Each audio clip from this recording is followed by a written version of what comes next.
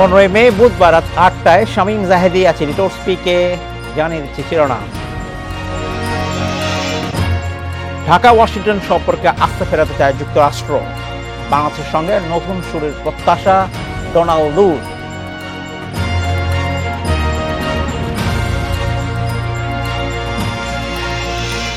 ফিটনেসবিহীন যানবাহনের দাপটে প্রায় দুর্ঘটনা, তবুও নীরব বিআরটিএ।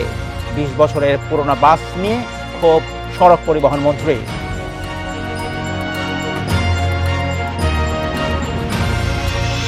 দ্বিপাক্ষিক সম্পর্ক জোরদারে কাল চীন সফরে যাচ্ছেন পুতিন। নির্বাচনের আগে এই সফর নিয়ে ওয়াশিংটনের উদ্বেগ।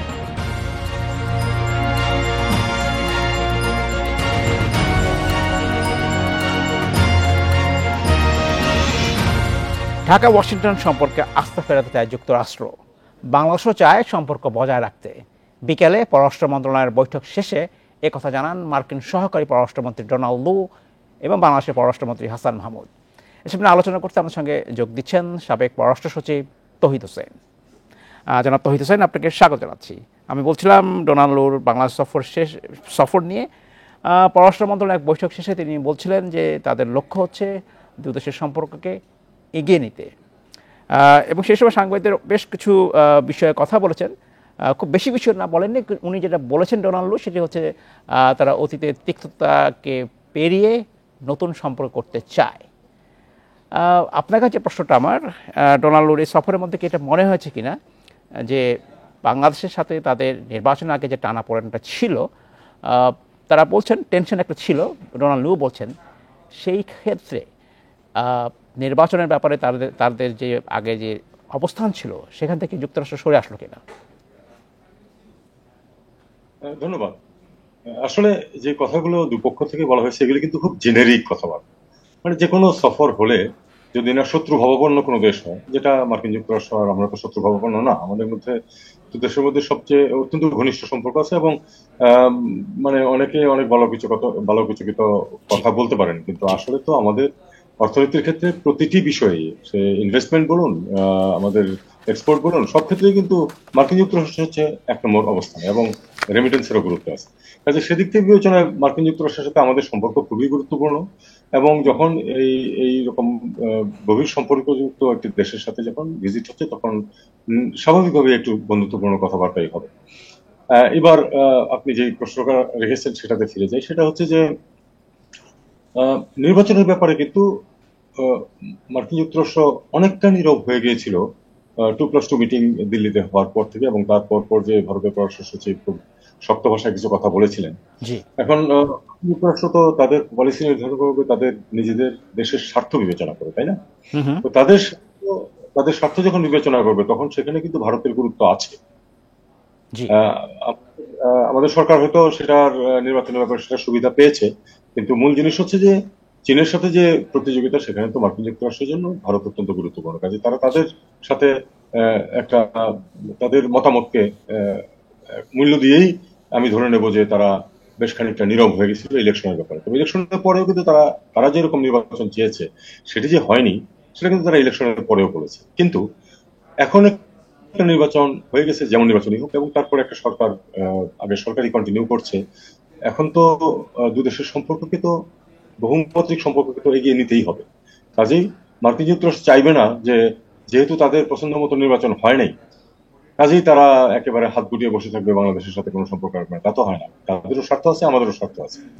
তো সেই হিসেবে ন্যাচারালি আমি প্রত্যাশা করবো যে তারা চাইবে যে স্বাভাবিক যেসব ইস্যুজ আছে সম্পর্কের মধ্যে সেগুলিকে যেন এগিয়ে নিয়ে যাওয়া যায়। নিরাপত্তা আছে, ইন্দো প্যাসিফিক স্ট্র্যাটেজি আছে, ব্যবসা বাণিজ্য আছে, ইনভেস্টমেন্ট আছে, সেগুলি এগিয়ে যাওয়া। সেগুলো নিয়ে তারা বলেছেন, ডোনাল্ডু সেটা বলছেন।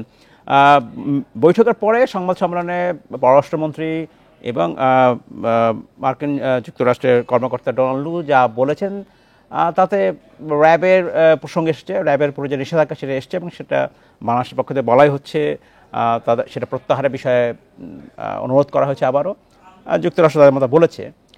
আরেকটি বিষয় আসলে আমি জানার ইচ্ছে হচ্ছে আপনার কাছে, যে নির্বাচনের আগে মার্কিন যুক্তরাষ্ট্রের পক্ষ থেকে যে ভিসা নীতি প্রয়োগের ঘোষণা দেওয়া হয়েছিল সেটা কি এখনো বহাল রয়েছে কিনা, সেই বিষয়ে কিছু কেউ মানে কোনো পক্ষে এই বিষয়ে আলোচনা করেননি?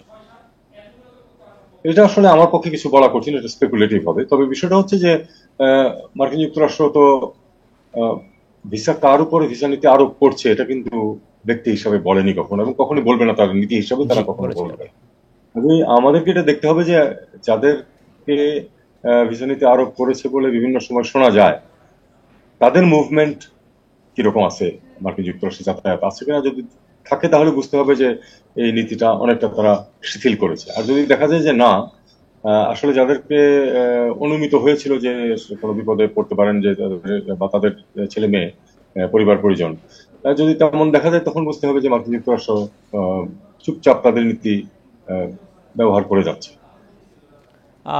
ডোনাল্ডো আরেকটি কথা বলেছেন, সেটি হচ্ছে তারা বলছেন যে দুর্নীতির ব্যাপারে তারা একসাথে কাজ করতে চায় যাতে দুর্নীতি দমন করা সম্ভব হয় এবং কার্যকলাপে যাতে স্বচ্ছতা আসে এবং জবাবদিহিতা নিশ্চিত করা যায়, সে কথাই বলছেন। সেক্ষেত্রে আসলে বাংলাদেশ এবং যুক্তরাষ্ট্রের একসাথে কাজ করার কোনো পৃথক বা একটি আলাদা প্ল্যাটফর্ম আছে কিনা? তাত্ত্বিকভাবে এটা তো সম্ভব যে দুই পক্ষের একসাথে কাজ করা, কিন্তু আমাদের যেসব অভিযোগ আমরা শুনি যে উচ্চ পর্যায়ে বিভিন্ন ধরনের দুর্নীতি আছে, সেক্ষেত্রে এটা কতটুকু কার্যকর হবে সেটা বলা খুব কঠিন। কারণ একতরফাভাবে মার্কিন যুক্তরাষ্ট্র তো কিছু করতে পারবে না এক্ষেত্রে, আমাদেরও এগিয়ে আসতে হবে এবং হুম হুম হুম। যারা দুর্নীতিগ্রস্ত তাদের বিরুদ্ধে আমাদের সরকারকে ব্যবস্থা নিতে হবে। সেক্ষেত্রে হয়তো মার্কিন যুক্তরাষ্ট্র সহায়তা করতে পারে, অথবা আমরা মার্কিন যুক্তরাষ্ট্রকে সহায়তা চাইতে পারি যে যারা দুর্নীতির মাধ্যমে অর্জিত অর্থ যারা পাচার করছে, সে ব্যাংক ডাকাতি হোক আর ঘুষ হোক, সেটা যেন তারা ফেরত দিতে অথবা সেটা ওয়েলকাম যেন না করে, এই সহায়তাটুকু তাদের কাছ থেকে চাওয়া যেতে পারে। জি, আরেকটি বিষয় আপনাকে জানতে চাচ্ছিলাম। ডোনাল্ড লু বলছিলেন যে we have lot of hard issues, এবং যেটা তিনি মন্ত্রীর সাথে কথা বলছিলেন, এবং সেই হার্ড ইস্যুসগুলো কি তিনি বলছেন র্যাপ sanctions, labour reforms, human rights, business climate reforms. তাহলে সফট ইস্যুস কি আসলে? সফট ইস্যুস হচ্ছে ব্যবসা বাণিজ্য, তারপরে আপনার যে যাতায়াত, পিপল টু পিপল কন্ট্যাক্ট, লেখাপড়া ছেলে মেয়েদের, এগুলি হচ্ছে সফট ইস্যু, আচ্ছা। যেগুলি নিয়ে কোনো সমস্যা হওয়া উচিত নয়। এমনকি যদি সম্পর্ক একেবারে চূড়ান্ত ভালো নাও হয়, যদি সম্পর্ক না থাকে তাহলে এগুলি নিয়ে কোনো সমস্যা হওয়ার কথা না, এবং সমস্যা তো হচ্ছে না এখন পর্যন্ত। নিশ্চয়ই। আমাদের এক্সপোর্টস এর উপর তো কোনো নিষেধাজ্ঞা আসেনি। আমাদের রেমিটেন্স আসছে মার্কিন যুক্তরাষ্ট্র থেকে, আমাদের ছেলেমেয়েরা এখনো সেখানে পড়াশোনা করতে যাচ্ছে। কাজে এদিক দিয়ে আমি বলবো যে সফট ইস্যুস ঠিক আছে। এখন হার্ড ইস্যুস গুলির ব্যাপারে কি হবে এটা উনি কোনো ইন্ডিকেশন দিয়েছেন কিনা আমি, তবে হার্ড যেগুলি থাকে সেগুলি দুই পক্ষকেই খুব শক্তভাবে মোকাবেলা করতে হয়। অর্থাৎ পরস্পরের যেসব চাওয়া পাওয়া থাকে জি। সেগুলি কতটুকু অ্যাকোমোডেট করা সম্ভব তার উপর নির্ভর করবে হার্ড ইস্যুস গুলি কিভাবে দূর করা যাবে। ডোনাল্ডো আবারও বললেন হিউম্যান রাইটস, মানবাধিকার বিষয়ে না তারা কাজ করতে চান বা করছেন, খোঁজ খবর নিচ্ছেন। কিন্তু যুক্তরাষ্ট্র যখন এই কথা বলছে, মানবাধিকারের বিষয়ে বলছে, তখন আমি যদি গাজার দিকে নজর দেই, সেখানে যেভাবে ইসরায়েলি বাহিনী নিরীহ মানুষের প্রতি অত্যাচার করছে, হত্যা করছে, সেইখানে মার্কিন যুক্তরাষ্ট্রের যে নীতি, তখন তাদের এই মানবাধিকার ইস্যুটা আলোচনায় যখন আসে, তখন তাদের কতখানি নৈতিক অবস্থান থাকে বা শক্তিশালী নৈতিক অবস্থান তৈরি করতে পারে, সেটা কি তাদের দ্বৈতনীতির একটি বহিঃপ্রকাশ কিনা? আহ, দেখুন, দুঃখজনক হলে এটা সত্য যে সমস্ত পৃথিবীর ক্ষেত্রে যে আইন কানুন নিয়ম কানুন খাটে, এমনকি বড় বড় দেশগুলির ক্ষেত্রেও যেগুলি তারা নিজেরাও খাটায়, আন্তর্জাতিক পরিসরে ইসরায়েলের ক্ষেত্রে সেগুলি খাটে না। ইসরায়েলের ক্ষেত্রে খাটে না কারণ শুধু মার্কিন যুক্তরাষ্ট্র না, আপনি পুরো পশ্চিমের দিকে তাকান, জি। তারা তো সম্পূর্ণ দুই ভাবে দেখে সব ইস্যুস গুলিকে। তবে আমাদের বিষয়টা যেটা সেটা হলো যে আমরা এমন অবস্থায় নেই যে মার্কিন যুক্তরাষ্ট্রকে ওই ইসরায়েল ইস্যুতে অ্যাকিউজ করে আমরা আমাদের কোনো সুবিধা আদায় করতে পারবো। আমাদের সেরকম সামর্থ্য, সেরকম শক্তি নেই। কাজে আমাদেরকে আমরা অবশ্যই ফিলিস্তিনিদেরকে আমাদের জন্মলগ্ন থেকে আমরা সমর্থন করে আসছি, এই সমর্থন অবশ্যই বহাল থাকবে। কিন্তু আমাদেরকে অবশ্যই পাশাপাশি যে তোমরা ওখানে করছো না কেন, এখানে কেন করছো, এই কথা বললে চলবে না। কারণ হিউম্যান রাইটস যদি তারা ওখানে বাস্তবায়ন নাও করে, আমাদের নিজেদের স্বার্থেই তো আমাদের হিউম্যান রাইটস বাস্তবায়ন এটা করতে এটা নিয়ে কোনো সন্দেহ নাই। কিন্তু আসলে বলার চেষ্টা করছিলাম যে সেক্ষেত্রে যুক্তরাষ্ট্র যখন অন্যকে এই কথা বলছে, তখন এই কথা বলা হয়তো ছোট দেশ হিসেবে সবাই বলতে পারছে না, তাই তো? প্রতি দেশেরই হিউম্যান রাইটস ইস্যুস নিয়ে তারা রিপোর্ট পাবলিশ করে, এবং সেখানে তারা কিন্তু শুধু আমাদেরকে যে সিঙ্গেল আউট করে তাও না, কিন্তু আরো পৃথিবীর আরো অনেক দেশকে তারা করে, এবং সেটা জি। আমাদেরকেও সেই অনুযায়ী কথাবার্তা বলে। জনাব তৌহিদ হোসেন, আপনাকে অসংখ্য ধন্যবাদ আমাদেরকে আপনার মূল্যবান সময় দেওয়ার জন্য। সারা দেশে হেলমেট ছাড়া মোটরসাইকেল চালকদের জ্বালানি তেল না দেওয়ার নির্দেশ দিয়েছেন সড়ক পরিবহন মন্ত্রী ওবায়দুল কাদের। এছাড়া মহাসড়কে ব্যাটারি চালিত ইজি বাইক বন্ধ থাকবে বলেও ঘোষণা দেন তিনি। এদিকে দেশে ফিটনেসবিহীন যানবাহনের কারণে প্রতিদিনই ঘটছে দুর্ঘটনা। এরই মধ্যে 1 জুন থেকে মেয়াদ উত্তীর্ণ বাস ট্রাকের বিরুদ্ধে অভিযান চালানোর ঘোষণা দিয়েছে বিআরটিএ। কিন্তু এর বাস্তবায়ন নিয়ে সন্দেহ রয়েছে পরিবহন বিশেষজ্ঞদের। এসব নিয়ে আলোচনা করতে আমাদের সঙ্গে যোগ দিচ্ছেন বুয়েটের অধ্যাপক ও পরিবহন বিশেষজ্ঞ ডক্টর মোহাম্মদ হাদিউজ্জামান। জনাব হাদিউজ্জামান, আপনাকে স্বাগত জানাচ্ছি। আশা করছি আপনি ভালো আছেন। আজকে একটি বৈঠক হয়েছে, যে বৈঠকে অনেকগুলো অংশীজন অংশ নিয়েছেন কীভাবে সড়কে শৃঙ্খলা ফিরিয়ে আনা যায়। ঢাকার 2 জন মেয়র ছিলেন, পরিবহন মালিকদের প্রতিনিধিরা ছিলেন, সড়ক মন্ত্রী ছিলেন। সব কিছু মিলে যে আলোচনাগুলো হয়েছে তারা আলোচনা করেছেন। তো যেটা আমার কাছে যেটা খুব ইতিবাচক যেটা মনে হচ্ছে, যে দীর্ঘদিন থেকে আমরা আলোচনা করছিলাম যে কীভাবে সড়কের এই নৈরাজ্য বন্ধ করা যায়, তার একটা সমন্বিত উদ্যোগের অভাব মনে হচ্ছিল। হয়তো শুরুটা এখান থেকে হতে পারে। আপনি কতটা আশাবাদী আজকের বৈঠক থেকে? মূলত যে বিষয়ে আলোচনা করতে চাচ্ছি, যা মূলত ফিটনেসবিহীন গাড়ি সড়কের দুর্ঘটনার অন্যতম একটা প্রধান কারণ। সেই ফিটনেসবিহীন গাড়ি সড়ক থেকে সরিয়ে ফেলা কি খুব দুরূহ কাজ? জি, আপনাকে ধন্যবাদ। দেখেন, আপনি যথার্থই বলেছেন। আসলে সমন্বিত উদ্যোগের জন্য আমাদের যে মেজর যারা স্টেক হোল্ডার আছে তাদের একসাথে বসার একটা প্রয়োজনীয়তা ছিল। এবং আপনি জানেন, যেহেতু আমাদের সড়ক পরিবহন আইন 2024-এ সংশোধন হয়ে যেটা এসেছে, এখনো এটা আসলে আমাদের সংসদে পাশ হয়নি, কিন্তু এই আইনের আসলে আওতাভুক্ত আছে যে আপনার যারা স্টেক হোল্ডার আছে তাদেরকে নিয়ে বসে আলাপ আলোচনা করতে হবে। জি। তো সেই হিসাবে আমি একটা ইতিবাচক দিক দেখছি, এবং আরেকটা আমি ইতিবাচক দিক দেখছি, যেটা আপনি বলছিলেন যে যে বিষয়গুলো নিয়ে কথা হয়েছে এগুলো কিন্তু সবই কিন্তু পুরনো, অনেকটাই পুরনো বিষয়। আপনি জানেন যে হেলমেট ছাড়া মোটরসাইকেলে যারা চালক আছে তাদেরকে তেল না দেওয়া বা ফিটনেস যানবাহনকে নিয়ন্ত্রণ করা, এই যে আমার নির্দেশনা, এটা কিন্তু আগের নির্দেশনা, এটা পুরনো নির্দেশনা। আমি ভালো ওইটাই দেখছি, যদি আজকে আবার নতুন নতুন নির্দেশনা আসতো তাহলে যেটা প্রমাণ করতো যে অতীতের যে নির্দেশনাগুলি আমাদের দেওয়া হয়েছিল সেই নির্দেশনাগুলি অনেকটা এরকম হয়ে যাবে যে যারা পালন করলেন না আপনি তাকে দায় মুক্তি দিয়ে দিলেন, নতুন নতুন নির্দেশনা আসবে। এই জিনিসটা কিন্তু আবার ভালো না। আপনার পুরাতন নির্দেশনা নিয়ে আমাদের এখনো কাজ করতে হবে, কেননা কোনো নির্দেশনায় আমি মনে করি এখনো কিন্তু পুরোপুরি কার্যকরী হয়নি। যে ফিটনেসবিহীন যানবাহনের কথা আপনি বলছেন, 2019-20 থেকে কিন্তু আমরা বারবারই সরকারের পক্ষ থেকে হুঁশিয়ারি শুনেছি যে ফিটনেসবিহীন যানবাহন নিয়ন্ত্রণ করা হবে, কিন্তু আমরা দেখেছি প্রতি বছর অনেকটা পাল্লা দিয়ে এই ফিটনেসবিহীন গাড়ি কিন্তু বেড়েছে। এখন খোদ বিআরটিএ বলছে তাদের ফিটনেসবিহীন গাড়ি প্রায় 6 লক্ষ পেরিয়ে গেছে। এবং পাশাপাশি যে আমাদের অর্থনৈতিক আয়ুষ্কালের কথা বলি, যে যানবাহনগুলো আসলে সড়কে এখন থাকারই কথা না, এটা অনেকটা স্ক্র্যাপ করে দেওয়া উচিত, সেই যানবাহনগুলোর সংখ্যা একটা ভয়াবহ পরিসংখ্যান, যে আমাদের যে যাত্রীবাহী যে বাসগুলি আছে তার 50% নাকি তাদের আয়ুষ্কাল শেষ। এবং আপনার যে ভারী যানবাহন, বিশেষ করে ট্রাক, কাভার্ড ভ্যান, তাদেরও কিন্তু একটা বড় অংশ, তাদেরও কিন্তু আয়ুষ্কাল শেষ। সেক্ষেত্রে আমি যেটা বলছি যে পুরনো নির্দেশনা হলেও যেহেতু এই নির্দেশনাগুলো নিয়ে আজকে কথা হয়েছে, তো আমাদের আশাবাদী হতে হবে যে যেহেতু এখানে অনেকটা আপনি বলছেন হাই ভোল্টেজ যারা আছেন স্টেক হোল্ডার তারা ছিলেন, সেই হিসাবে এটা সামনে নিয়ে যাওয়ার একটা সম্ভাবনা আমি দেখছি। তবে আমি সবসময় যেভাবে দেখি, আসলে আমাদের সড়কের রোগটা এটা টেকনিক্যাল সমস্যা না, এটা অনেকটা আসলে আপনার রাজনৈতিক সমস্যা। এখানে রাজনৈতিক কমিটমেন্ট এটা খুবই বড় একটা বিষয়। সেই জায়গায় কিন্তু আমাদের আসলে বাস্তবে কাজ হচ্ছে কিনা এটা দেখতে হবে, কাগজে কলমে থাকলে হবে না, যেটা দীর্ঘদিন ধরে আমরা দেখছি। তো সেই জায়গায় আসলে আমাদের কাজ করতে হবে। আরেকটা জিনিস, আপনি হেলমেটের কথা বলছিলেন, আমি একটা জিনিস অ্যাড করে এখানে ছেড়ে দিচ্ছি, সেটা হচ্ছে শুধু হেলমেট দেখলে হবে না, কিন্তু আমাদের উদ্দেশ্য কি? দুর্ঘটনা কমানো এবং দুর্ঘটনায় যে হতাহতের পরিমাণ, বিশেষ করে মোটরসাইকেলের হতাহতের ঘটনা, এটা কমানো। সেক্ষেত্রে মানসম্পন্ন হেলমেট বাজারে আছে কিনা এবং যারা চালক আছে তারা পড়ছে কিনা, এটা কিন্তু নিশ্চিত করতে হবে। শুধুমাত্র ট্রাফিক পুলিশের হাত থেকে রেহাই পাওয়ার জন্য অনেকটা সার্জেন্ট প্রোটেকশন হেলমেট পরবো, সেটা কিন্তু আবার ভালো জিনিস হবে না। নিশ্চয়ই নয়।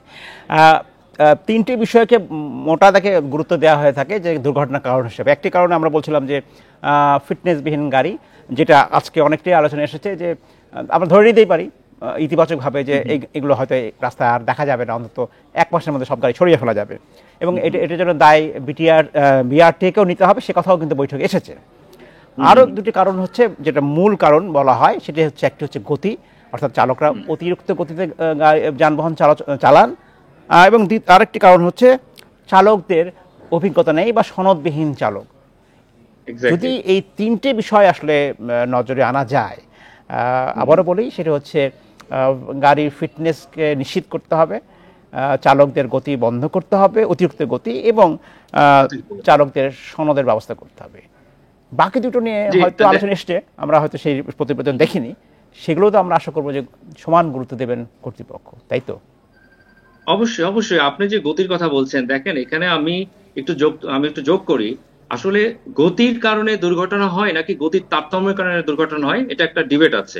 আচ্ছা, আপনি জানেন যে অতি সম্প্রতি আমাদের গতিসীমার একটা নির্দেশিকা তৈরি হয়েছে। আমি যেভাবে দেখি যে ফান্ডামেন্টাল যে আমাদের ট্রাফিক ইঞ্জিনিয়ারিং আমরা বলি, সেই হিসাবে কিন্তু এই গতিসীমাগুলো আসলে বিজ্ঞানসম্মত হয়নি। কারণ আমার ইকোসিস্টেম এখনো যানবাহন ভেদে গতিসীমা নেওয়ার মতন প্রস্তুত না। পৃথিবীর অনেক দেশে আছে যানবাহন ভেদে গতিসীমা, কিন্তু তাদের লেন ভিত্তিক গাড়ি চলে। আমার স্বয়ং ঢাকা শহরে তো লেন ভিত্তিক গাড়ি চলে না। আপনি যখন এভাবে যানবাহন ভেদে গতিসীমা নির্ধারণ করে দিবেন, দেখা যাবে একই লেনে 4 ধরনের যানবাহনের 4 ধরনের গতিসীমা। তাহলে তো আমি গতির তারতম্য আরো বাড়িয়ে দিচ্ছি। সেক্ষেত্রে পিছন থেকে ধাক্কা দেওয়ার ঝুঁকি, এবং আমার সামনে যদি কম গতিসীমার কোনো গাড়ি থাকে তাহলে তো আমি বারবার ওভারটেক করব। তার মানে আপনি বাধ্য করছেন ওভারটেক করার জন্য, তো ওভারটেক করলে তো আমার মুখোমুখি সংঘর্ষের ঝুঁকি আবার বাড়বে। এই জিনিসগুলো আসলে মহাসড়কে যদি গতি নিয়ন্ত্রণ করা যায়, অন্তত মহাসড়কে যে দুর্ঘটনা ঘটে সেটা তো কমানো সম্ভব। এবং আমরা প্রায়শই শুনি যে স্পিড গান ব্যবহার করা হবে, কিন্তু দুই একবার আমরা সংবাদ মাধ্যমে দেখি, সেই অর্থে আদতে কিন্তু খুব একটা ব্যবহার বহুল প্রচলিত হয়নি এখনো। এক্স্যাক্টলি, আপনি যথার্থ বলেছেন। তবে এখানে একটা বিষয় কি, দেখেন বাংলাদেশ কিন্তু পৃথিবীর একমাত্র দেশ না যেখানে চালকরা 80, 90 বা 100 কিলোমিটার গতিতে গাড়ি চালায়। আপনি পার্শ্ববর্তী দেশ ভারতের দিকে দেখেন, মালয়েশিয়া বা চায়নায় তাদের এক্সপ্রেসওয়েতে গতি শুরু হয় 110 থেকে, এবং 140 কিলোমিটার তারা গাড়ি চালায়, কিন্তু ওইখানে তো দুর্ঘটনা হয় না। তার মানে আসলে দুর্ঘটনার মূল যে কারণ, যেটা আপনি কিছুক্ষণ আগে বলছিলেন, যে শুধু গতি না, আমার সড়কে যে অনিরাপদ যানবাহন আছে, অপ্রশিক্ষিত এবং অনিরাপদ যে চালক আছে, তাদেরকে নিয়ন্ত্রণ করতে হবে। বিশেষ করে বিআরটিএ যখন আপনার চালকের দক্ষতা সনদ দিচ্ছে, সেখানে কম্পাউন্ডের মধ্যে জিগজ্যাগ টেস্ট আর র্যাম টেস্ট করে না দিয়ে, এটা কিন্তু আপনার রোড টেস্ট করার কথা। আমরা করছি ফিল্ড টেস্ট। তা আপনি যখন এই ফিল্ড টেস্ট করে চালককে একটা লাইসেন্স সক্ষমতা নেই, লাইসেন্স বৈধভাবে লাইসেন্স দেওয়ার মতো, ভালোভাবে চেক করার মতো, তাহলে এই লাইসেন্স দেওয়ার প্রক্রিয়াটাকে আসলে সংস্কার করা দরকার। অবশ্যই অবশ্যই। প্রথম কথা হচ্ছে, যদি বিআরটি এর সক্ষমতার ঘাটতি থাকে, যেটা প্রায় বলে, সেক্ষেত্রে আমরা বারবার বলছি আপনি যদি তৃতীয় পক্ষ কাউকে দিয়ে দেন। কারণ পৃথিবীর সব দেশে কিন্তু লাইসেন্সিং এজেন্ট থাকে, যাদের কাজ হচ্ছে এই সঠিকভাবে দক্ষতা যাচাই বাছাই করে ড্রাইভিং লাইসেন্স দেওয়া। বিআরটি কিন্তু এখন ড্রাইভিং লাইসেন্স প্রিন্টিং এর দায়িত্ব দিয়েছে তৃতীয় পক্ষ বা ঠিকাদারকে, কিন্তু পুরোপুরি কাজটা দিয়ে দিলেই কিন্তু বিআরটি এর কাজ হবে শুধু মনিটরিং করা, যে সঠিকভাবে তারা কাজটি করছে কিনা। তো বিআরটি যদি একাই এখন সব ড্রাইভিং লাইসেন্স দেওয়ার চেষ্টা করে, আমাকে তো বুঝতে হবে যে আমার কিছু সীমাবদ্ধতা আছে। আঞ্চলিক অফিসগুলিতে তাদের এখনো অনেক সময় তারা ভাড়া করে মাঠ নিয়ে সেখানে তারা টেস্ট করছে, তাদের তো সীমাবদ্ধতা আছে, লোকবলের সীমাবদ্ধতা আছে, রিসোর্সের সীমাবদ্ধতা আছে। সেই জায়গায় আসলে আমার বিকল্প ভাবতে হবে। কারণ এই যে আমার চালকরা, এই অদক্ষ চালকরা যদি দক্ষতার সনদ পেয়ে মহাসড়কে চলে যায়, এক্সপ্রেসে চলে যায়, সেখানে আপনার স্পিড গান দিয়েও কিছু হবে না।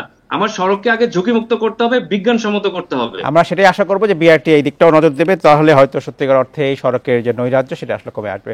ডক্টর মোহাম্মদ হাদিউজ্জামান, আপনাকে অসংখ্য ধন্যবাদ আমাদেরকে আপনার মূল্যবান সময় দেওয়ার জন্য। চলতি মৌসুমে রাজশাহীতে শুরু হয়েছে আম পাড়া।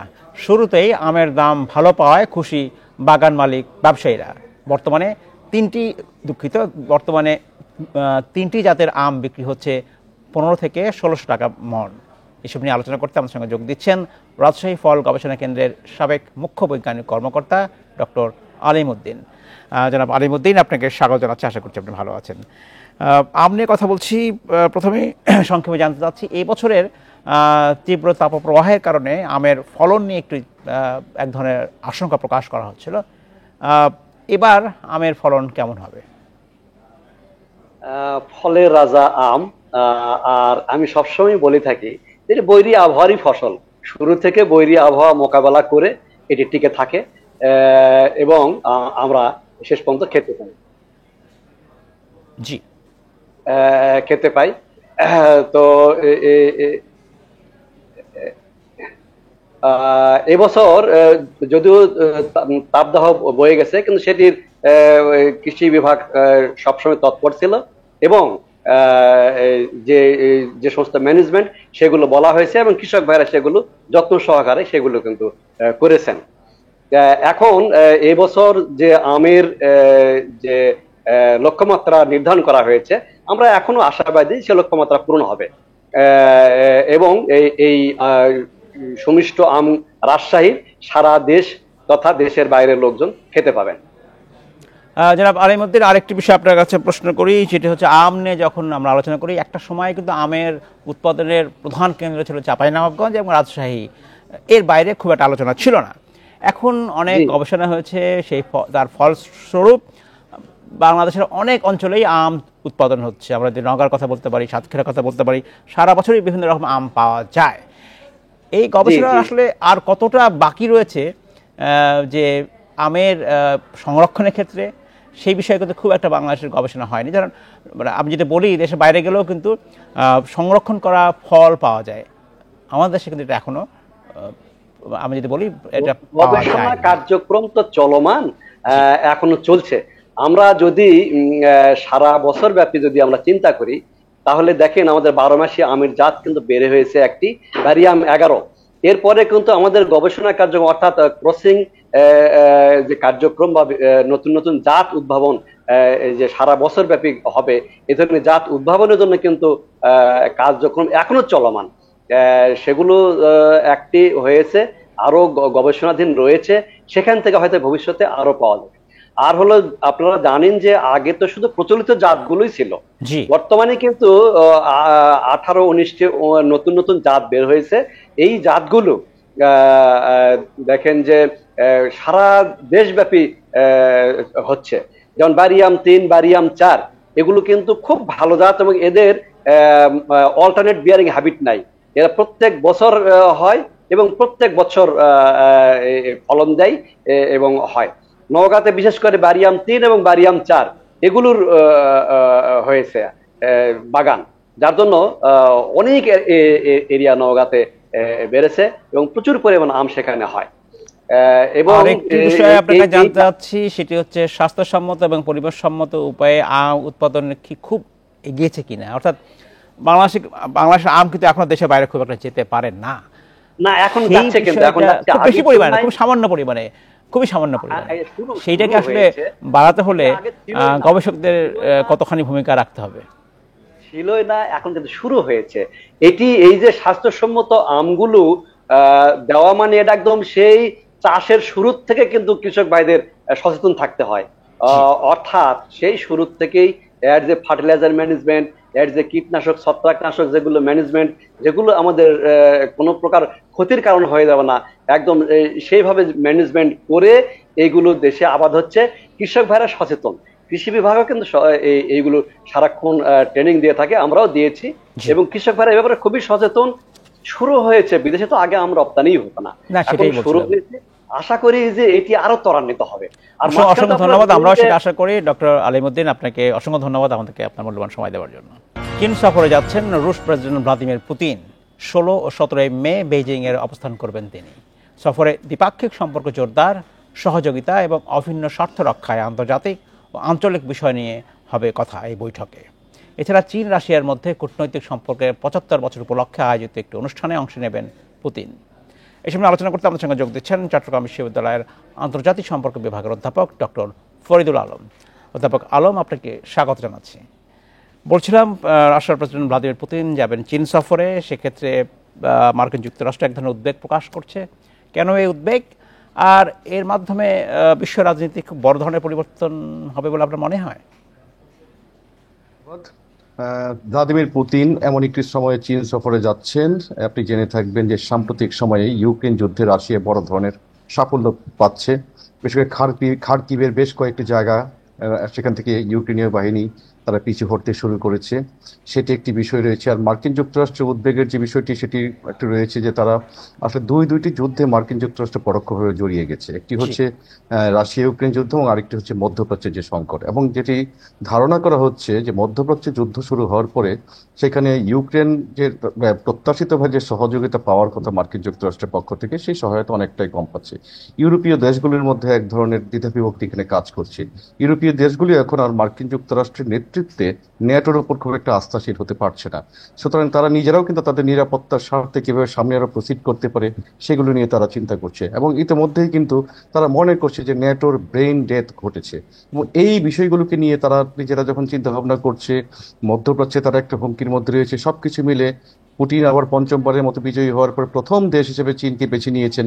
এবং চীনের পক্ষ থেকে বরাবরই রাশিয়ার ক্ষেত্রে যেটা বলা হয়েছে, রাশিয়া এবং চীনের মধ্যে তাদের যে দ্বিপাক্ষিক সম্পর্ক সীমাহীন অংশীদারিত্বের সম্পর্ক। তো এটা, এবং গত বছর শি জিনপিং যখন মস্কো সফর করেছিলেন তখন তিনি বলেছেন দে আর কম্প্রিহেন্সিভ স্ট্র্যাটেজিক পার্টনার্স, এই ধরনের তারা মন্তব্য করেছিলেন। এবং এইখানে যে বিষয়টি বলা হচ্ছে যে এই সফরের মধ্য দিয়ে একদিকে তো 75 বছর যে পূর্তি হচ্ছে দুই দেশের দ্বিপাক্ষিক সম্পর্কে, সেটিকে তারা নিজেরা উদযাপন করবেন, পাশাপাশি পরিবর্তিত বৈশ্বিক প্রেক্ষাপটে দুই নেতার মধ্যে যে বিষয়গুলো আলোচনা হবে, গুরুত্ব পাবে, সেই বিষয়গুলোর পরিপ্রেক্ষিতে এই সফর শেষে ইউক্রেন যুদ্ধ হয়তো একটা অন্যরকম মাত্রা লাভ করতে পারে। এবং সবকিছু মিলে সেই জন্যই যেটি বলা হচ্ছে মার্কিন যুক্তরাষ্ট্রের উদ্বেগের কিছু কারণ রয়েছে, যেহেতু শীর্ষ পর্যায়ে এই সফরটি অনুষ্ঠিত হচ্ছে।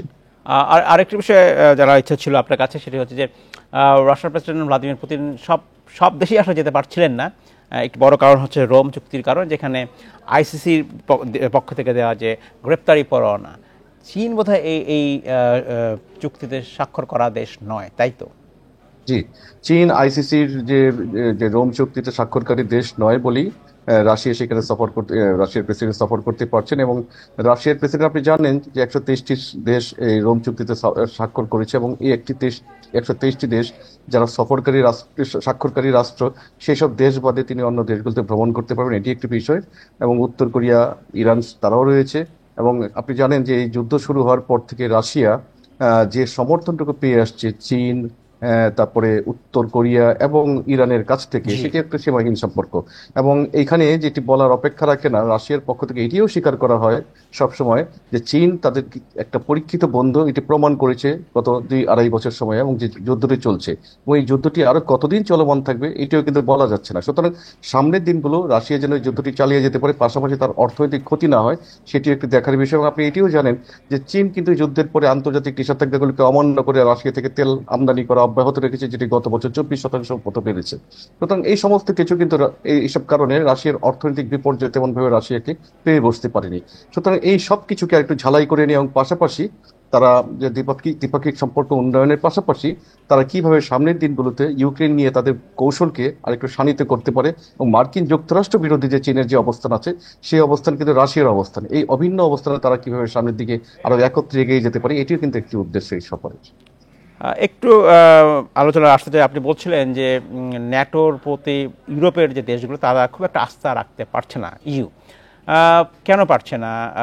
এবং এখানেও খবর আলোচনা হচ্ছে, সংবাদ মাধ্যমে আমরা যা দেখছি সেটা বলা হচ্ছে যে ইউরোপ এক হতে চায় তারা নিরাপত্তার স্বার্থে।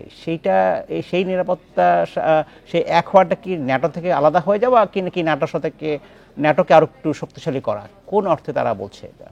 না, এটি একটি খুব ভালো একটি প্রশ্ন আপনি করেছেন। এখন ন্যাটো থেকে আলাদা হয়ে যাওয়া নাকি ন্যাটোর ভেতর থেকে তাদের নিজস্ব কোনো সিকিউরিটি বলয় তৈরি করা, সেরকম একটি বিষয়। এবং সাম্প্রতিক সময়ে আপনি জেনে থাকবেন যে জার্মানির বার্লিনে সেখানে জার্মান, ফ্রান্স এবং পোল্যান্ডের রাষ্ট্রপ্রধানদের, সরকার প্রধানদের মধ্যে একটি আলোচনা হয়েছে। সেই আলোচনার মধ্যে তারা যেটি বলছে যে ন্যাটো যেটি হচ্ছে যে সোভিয়েত ইউনিয়ন পতনের পরে ইউরোপের নিরাপত্তা অতিমাত্রায় ন্যাটো নির্ভর হয়ে গেছে। ন্যাটো যেভাবে বলেছে নিরাপত্তাকে তাদের সেভাবে ডিজাইন করতে হয়েছে বলেই আজকে ইউক্রেনের মতো দেশকে সাফার করতে হচ্ছে। তারা ন্যাটোভুক্ত হতে চাইছে, কিন্তু সেখানে রাশিয়া তাদেরকে হামলা করছে।